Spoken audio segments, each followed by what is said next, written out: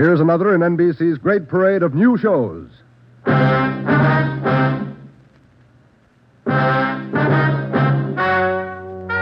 Ladies and gentlemen, the story you are about to hear is true. Only the names have been changed to protect the innocent. NBC brings you Dragnet.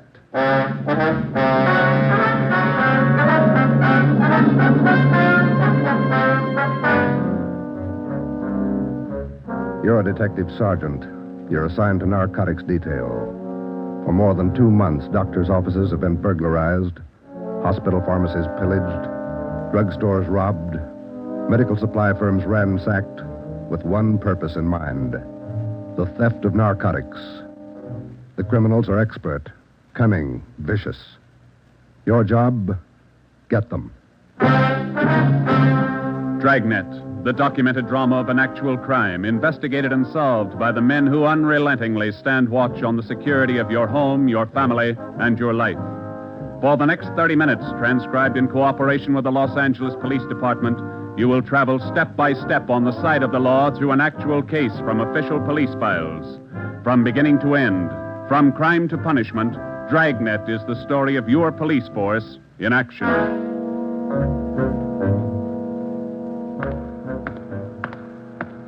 It was Thursday, March 23rd. It was windy in Los Angeles. We were working the night watch out of Narcotics. My partner's Ben Romero.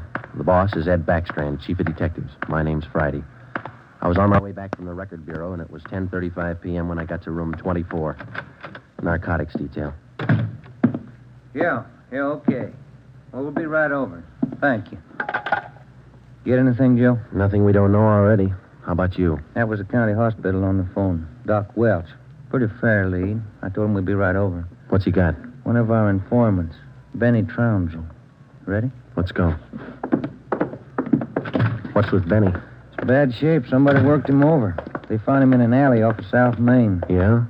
Doc says Trounsel talked before he passed out. Anything good?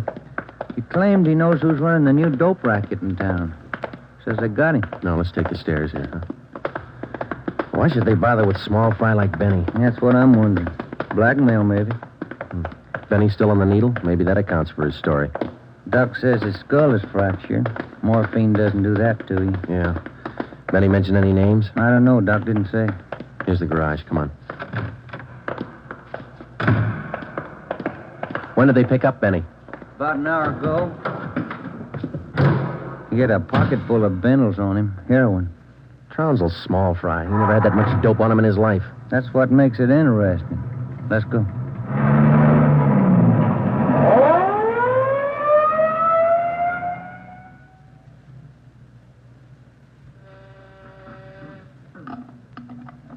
County Hospital? Yes, sir. The line is busy. Will you wait? Thank you. Can I help you, gentlemen? We'd like to see Dr. Welsh. She's expecting us. Your names, please? This is Sergeant Romero. My name's Friday, police officer. Oh, yes. Around the corner to your left, room 127. The doctor's waiting for you. Thank you. Come on, Ben. I hope Benny's still talking. We could sure use a lead. Yeah. Here it is. 127. Hiya, Ben. Joe? How are you, Doc? Anything new? Just left Trounsel upstairs. You think we can talk to him now? Won't do much good. He died about 6 minutes ago. For almost 2 years, Benny Trounsel, an addict himself, had been one of the most valuable informants Ben and I had in the narcotic gangs. More than once, he had helped us solve a case, but this time, if Benny Trounsel had any direct leads to the nerve center of the newest narcotic ring, he took them with him. Besides his dying accusation that the ring had gotten to him, he left behind only 2 small scraps of information. First, when he arrived at the county hospital, Dr. Welsh reported that Trounsel repeatedly muttered the name Patterson. Secondly, among the few personal effects found in his pockets was a good amount of heroin and a small piece of white paper with 2 words scrawled on it, Tucker Building. Benny Trounsel's body was taken to the county morgue, and the next morning it was posted. At the coroner's inquest, the cause of death was listed as a brain hemorrhage induced by severe blows by a blunt instrument on the sides and base of the skull, inflicted by a person or persons unknown. Besides Ben and myself, the only identification witness at the inquest was a woman who managed a rooming house in Benedict Alley, where Trounsel used to stay periodically. After the inquest, we questioned her briefly in our office. Miss Strite, you say you can't remember any friends Trounsel had while he stayed at your room and house? No, I can't. Besides, if I knew that man used dope, I never would have rented him a room. How long did he rent from you, Miss Strite? Oh, about 6 months. I run a respectable house. I don't mind if my people drink a little now and then, but those dope users, no, sir. Did you know anything about Trounsel, Miss Strite? Where he spent his time, where he had his meals? Well, don't serve at my place. Too much trouble. Most of the people eat at the Ace lunchroom, down the corner. Where's that, Miss Strite? Grant and South Main, right on the corner. And you think Trounsel might have spent some time there? He might have, I don't know. Miss Strite, did Trounsel ever mention anyone by the name of Patterson? No. Patterson? No. And you can't recall any friends he might have had? He had any friends and never set foot in my house. That's all I know. All right, Miss Strite, thank you. Here's a card, ma'am. If you come across any information about Trounsel, we'd appreciate it if you'd call us. All right. That all? That's all, ma'am. Thank you. Well, bye. Goodbye, ma'am. Big help. Yeah, not even a good identification witness. You got those listings we made on the Tucker building? Yeah. Yeah, let's see. Here it is. Okay, let me have it, huh? Tucker building, 7310 South Wilshire. I wonder what Benny Trounsel could have been doing out there. Shouldn't be too hard to check. It's a small building. Yeah. 6 listings for the whole place. A couple of law offices, real estate guy, dentists, architect, and a doctor. One dentist, one doctor could be a lead. Maybe. Pretty thin. Friday, Romero. You got a minute? Yes, Skipper. Come on, John. Yeah. What do you got, Ed? Letters. Here's a sample. Now listen to this. Chief of Detectives, Ed Backstrand, City Hall, Los Angeles. In view of mounting wave of narcotic robberies, strongly recommend that your efforts to curb this lawlessness be redoubled. They all like that? All of them. They're mad. Can you blame them? Not a bit. We haven't got much to go on, Chief. The gang's pretty smart. All right, then let's be smarter. There's no law against it. Doing our best, Skipper. Then make it better. I'm sick of that bunch, and I'm tired of these letters. And look at that record. In 2 months, 15 drugstore robs, 8 medical offices, 2 supply houses, 2 hospital pharmacies. Narcotics missing every time. Now, who's behind it? None of the old-timers. We've checked them out. Gone over every hype and mainliner we know of. All right, then get on the transients. New faces. Climb on every one of them that shoots the stuff until you get to that gang and break it. If you need help, holler. But get to that gang and break it. Do you understand? Okay, Skipper, we'll try. You dig up anything on that Trounsel case yet? Still checking out one lead. What? Slip of paper we found in Trounsel's pocket, Ed. Said Tucker building on it, that's all. Just going to check it out when you called. All right, hop on it. Fast. We got a lot of pressure on us. Keep in touch with the office. It was almost noon when Ben and I got out to the Tucker building. It was a 2-story affair, comparatively small, very modern. We checked with the dentist in the building first, but he'd never heard of anyone by the name of Benny Trounsel. His records and appointment books proved it out. Well, that's one down, Joe. Yeah. Let's try that doctor's office now. What's his name? Let me see. Springer. Dr. Fred Springer. He's on the 2nd floor. Okay. There's a stairway down there. Come on. Pretty close to lunchtime. Might not be in. Maybe.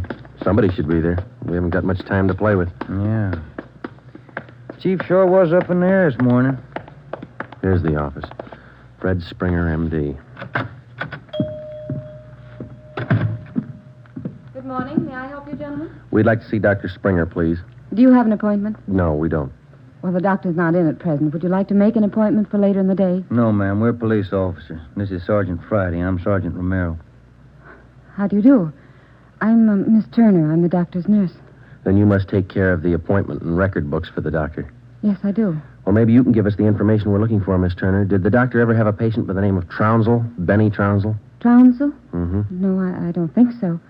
Just a moment. I'll check. Thank you. No. Trounsel, is that the way you spell it? Yes, ma'am. No. The name's not listed here. Let me check the account book. No. Wait. That's funny. What's that, Miss Turner? Here in the back of the book in the doctor's handwriting. Look. Trounsel, the Black Parrot. Certainly funny. I can't remember seeing that notation before. It must be fairly recent. Miss Turner, what kind of a clientele would you say Dr. Springer has? Oh, it's quite exclusive. Beverly Hills, Bel Air. That's where most of the bills are mailed.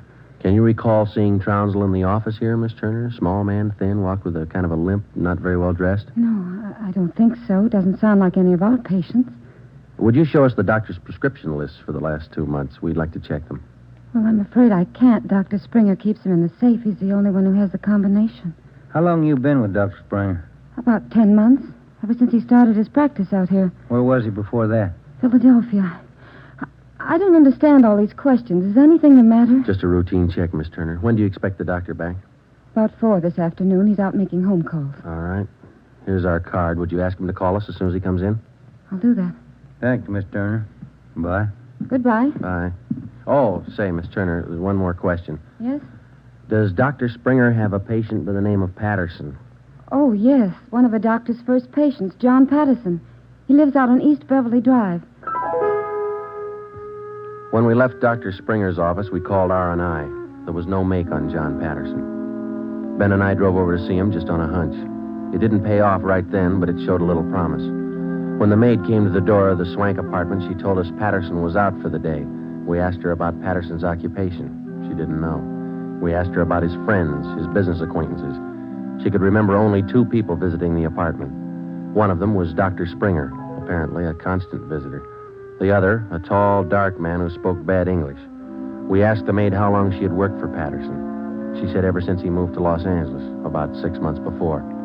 A few things started to fall into place, but it was strictly a guesswork operation. Ben and I got in the car and headed for the south end of the city to check out some of the places Benny Trounsel was supposed to have frequented. We met a stone wall. From the Ace lunchroom near Benny's former rooming house to the Black Parrot.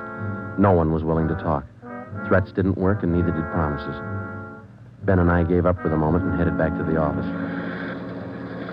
Pacific Ambulance 1 call to Alhambra is now code 3. Seems like Skid Row doesn't want any part of this one. Yeah, there's a bad feeling. Something's got him scared. Sure would like to know what it is, or who it is.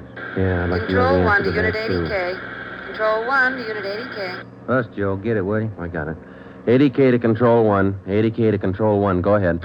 80K. Call station 2511, code 3. 80K to Control 1. Roger. KMA 367. Wonder what that's all about. Well, let's find out. There's a drugstore. They ought to have a phone. Pull over, huh? You got a nickel? Oh, yeah, sure. Thanks. I'll be back in a minute.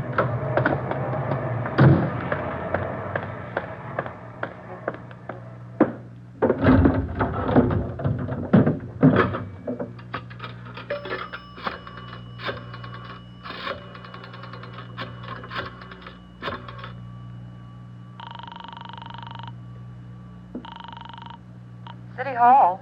2511. Thank you. Chief of Detective's Office, Hannon. This Friday, Mike. The chief there? Oh, yeah, just a minute. Backstrand talking. This Friday, Ed. What do you got? You tied up? Nothing big. Then check in as soon as you can. Got something good. What? You remember the stick-up at St. Agnes Hospital about a month ago? Pharmacy there? What about it? 2 patrolmen picked up a user down near Union Station about an hour and a half ago. Yeah? Guy was way back on his heels. He had 2 vials of morphine on him. Vials had serial numbers. Good. Did they match out? Perfectly. Thanks, Ed. We'll be right in. When Ben and I got back to the office at 3:52 p.m., we picked up Chief Ed Backstrand and went directly to the crime lab where Lieutenant Lee Jones analyzed the contents of the 2 vials taken from the suspect. Jones told us it was high-grade morphine. We went back to the office and double-checked the serial numbers on the vials with the crime report on the St. Agnes Hospital robbery. They matched. And there's a good break. These vials were in the loot when the gang knocked over the hospital 28 days ago. I'll stay on the trail and we'll crack that gang wide open. This the arrest report on the guy, Ed? Yeah. Picked him up in a bar off South Main. Who is the guy? A transient? Yeah, here it is, Ben. James Steiner, Phoenix, Arizona, age 37, transient laborer. Anybody talk this guy yet, Ed? Not yet. He shouldn't be too hard. You better get on it. Right, Skipper. Come on, Joe. Check you later, Ed. What time you got, Ben? Let me see. 25 past 4. A phone call for you, Ben? Yeah, who was it? Your wife. Wants you to pick up some aspirin and a bottle of nose drops for your kid on your way home. Oh, yeah, almost forgot. That the only call we had, Mike? That's right. Thanks. Okay. You got that Dr. Springer's number, Ben? Yeah. Here it is. Crestview 55284. Thanks. Nurse said he'd call us around 4, didn't she? Yeah.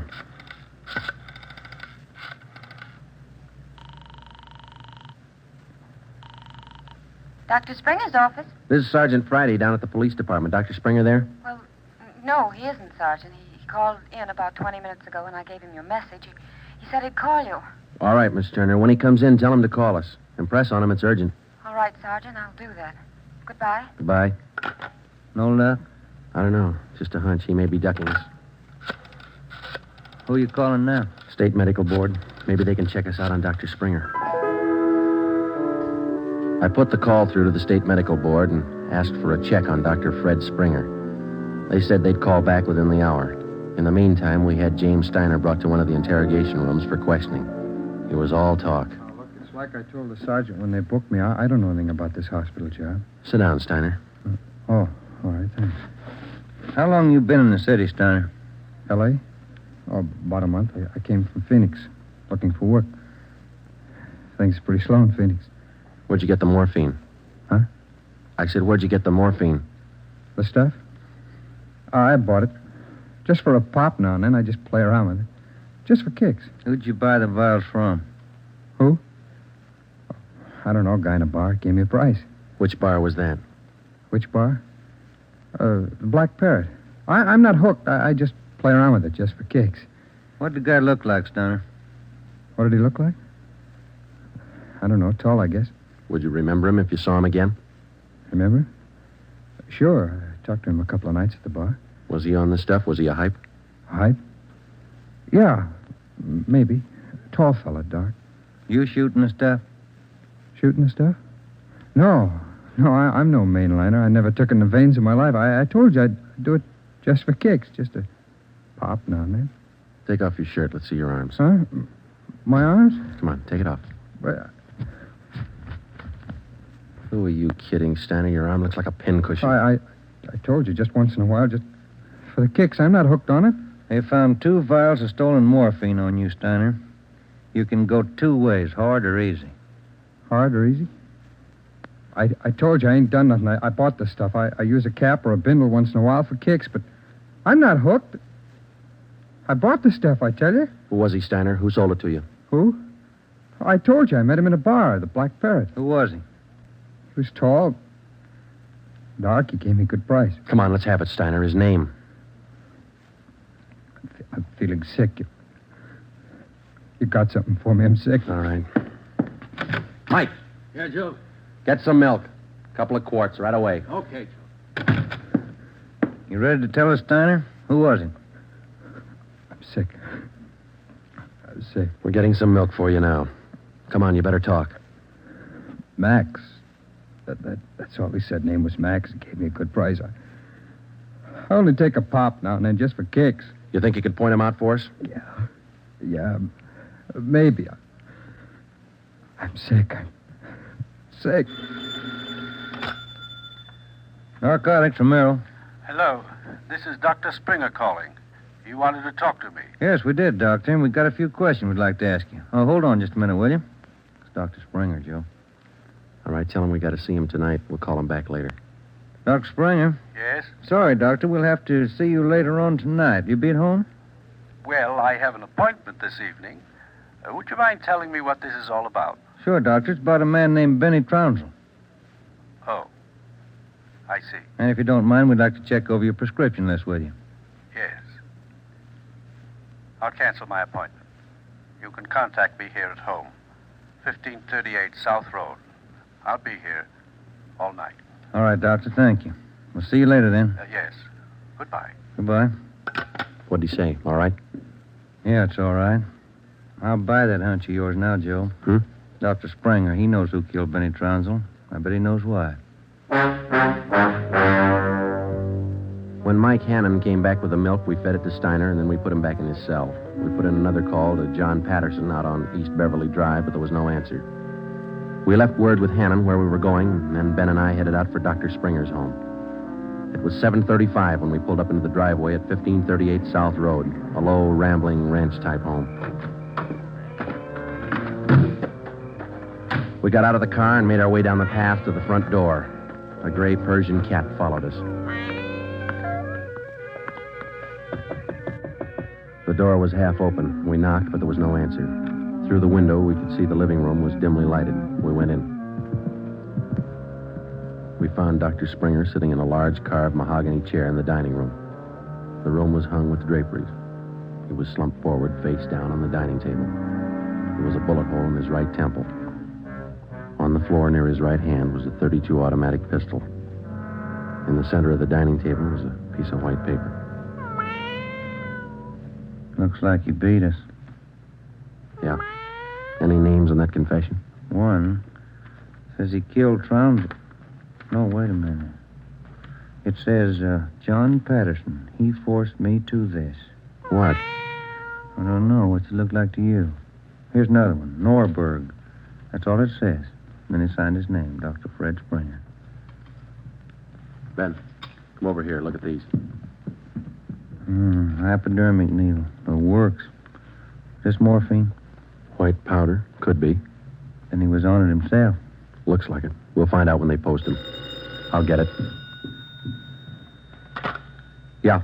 Sergeant Friday there, please. This is Joe, Mike. What do you got? Can you talk all right there? Yeah, go ahead. Just got a kickback on your call to the state medical board on this Dr. Fred Springer. Mm-hmm. He's not a registered physician in the state of California. Besides that, his license was revoked in Pennsylvania 2 years ago. Illegal operations. That explains it. Notify homicide. Get the crime lab in the corner out here, will you? Looks like Springer shot himself. Okay, Joe, right away. We'll wait for him, but hurry him up, Mike. We got a couple more places to check out tonight. Okay, Joe, see you later. Right. What's next? Patterson place? I don't know. Maybe we ought to try Steiner first. Sounds good to me. Feels like we're getting close. Yeah, Ben. Real close.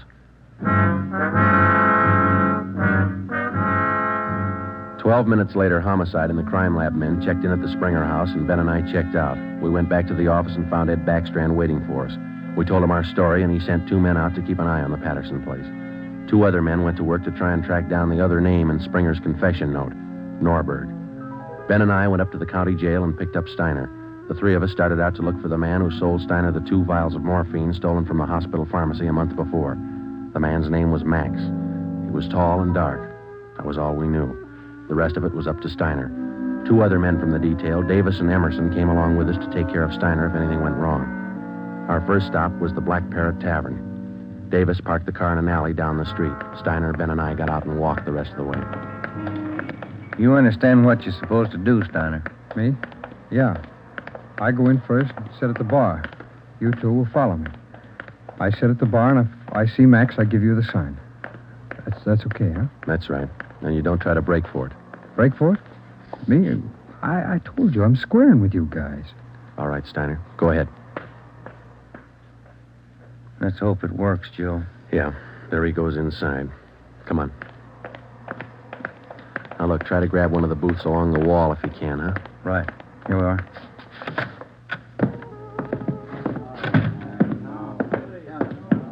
The first booth, Ben. It's empty. Yeah.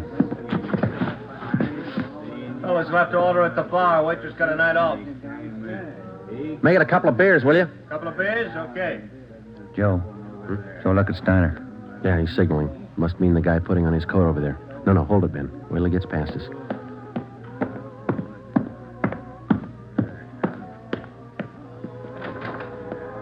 All right, get Steiner back to the car. I'll tail the guy. You come after me.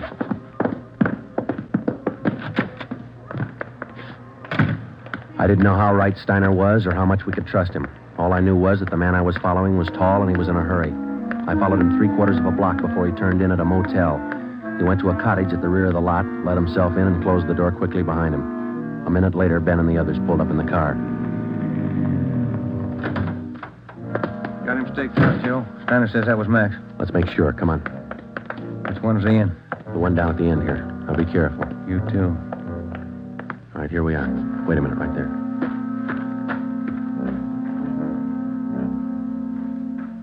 All right, look, there's no rear door. He's got to come out the front. Keep the door clear. You ready? All set. Cover me.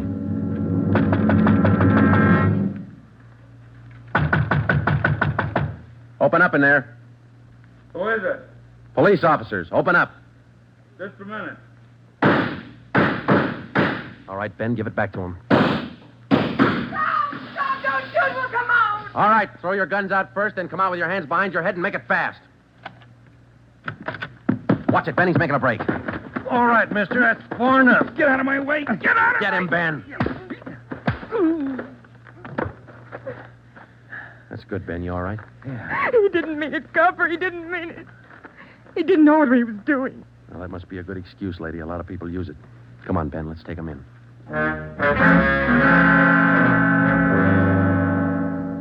It was 10 minutes past midnight when we got back to headquarters. Both the man and the woman were booked for violation of the State Narcotics Act, a felony. He gave his name as Max Jansen. In his luggage, we found 13 vials of morphine, large quantities of heroin, and a small amount of Panopin. He gave us the names and addresses of 6 active members of the narcotics gang. He identified Dr. Springer as second in command. Just a few more questions, Jansen. Yeah, all right. Why did Springer kill Trounsel? He had it coming.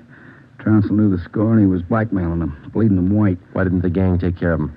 The boss said no rough stuff. Things were going too good. He warned Springer, but he wouldn't listen. All right, Jensen, just one more question. Who's the boss? Do I get off light? State's witness? It might help. We can't promise you anything. Who's the boss, Patterson? Yeah. 138 East Beverly Drive? That's right. What about Norberg? How does he figure? It's the same guy. Patterson and Norberg, both the same. And what's his real name? Norberg. Tony Norberg. What's his front? He's legit, or he used to be. Importing business. Where? Here. Got an office downtown. Do I get protection? Where's Norberg now? Home, out in Laurel Canyon. Do I get protection? I thought you said he lived out on East Beverly. His apartment, his home's out in the canyon. Where? What's the address? Do I get protection? You'll get protection. Wind Way. 860 Wind Way. All right, Friday. Romero, take some men with you.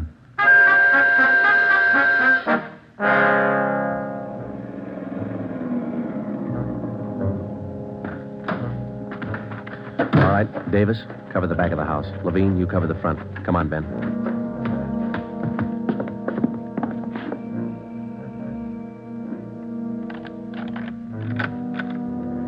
Yes? Mr. Norberg in? Who's calling? Police officers. Oh, come in, won't you? Thank you. Now get your hands up. Face the wall. You'll never make it, lady. The house is surrounded. Tony, get the stuff. It's our only chance. They'll cut you down, Norberg. All right, Jeannie, give him the gun. Don't be a fool. They're going to march out the door in front of us, right to the car. I'm not going, Jeannie. Try it if you want. I'm not going. All right, Tony, stay. Come on, coppers. You'll never make it, lady. I said move. Fast. All right, Ben, hit the dirt. She's going for the car. See if you can get those tires.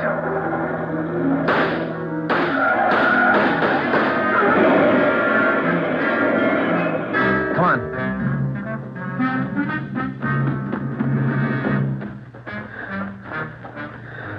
Dan? Yeah. Norberg was smart. Must be the girlfriend. Guess so. Wonder why they start. Why did they get on the stuff, Joe? For kicks, Ben. None of them ever get hooked. Just for kicks. The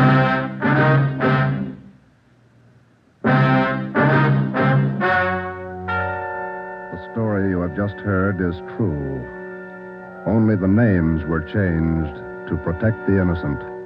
Tony Norberg, alias John Patterson, was tried and convicted for possession of narcotics, robbery, and conspiracy, and was sentenced to the maximum term prescribed by law, each count to run consecutively. He died 3 years and 11 days after his arrival at the state penitentiary.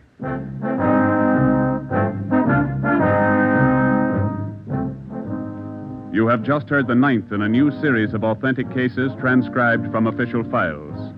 Technical advice for Dragnet is furnished by the Los Angeles Police Department. Tonight's program is dedicated to Chief Erskine Fish of the North Sacramento Police Department, who on the night of August 11th, 1935, gave his life so that yours might be more secure.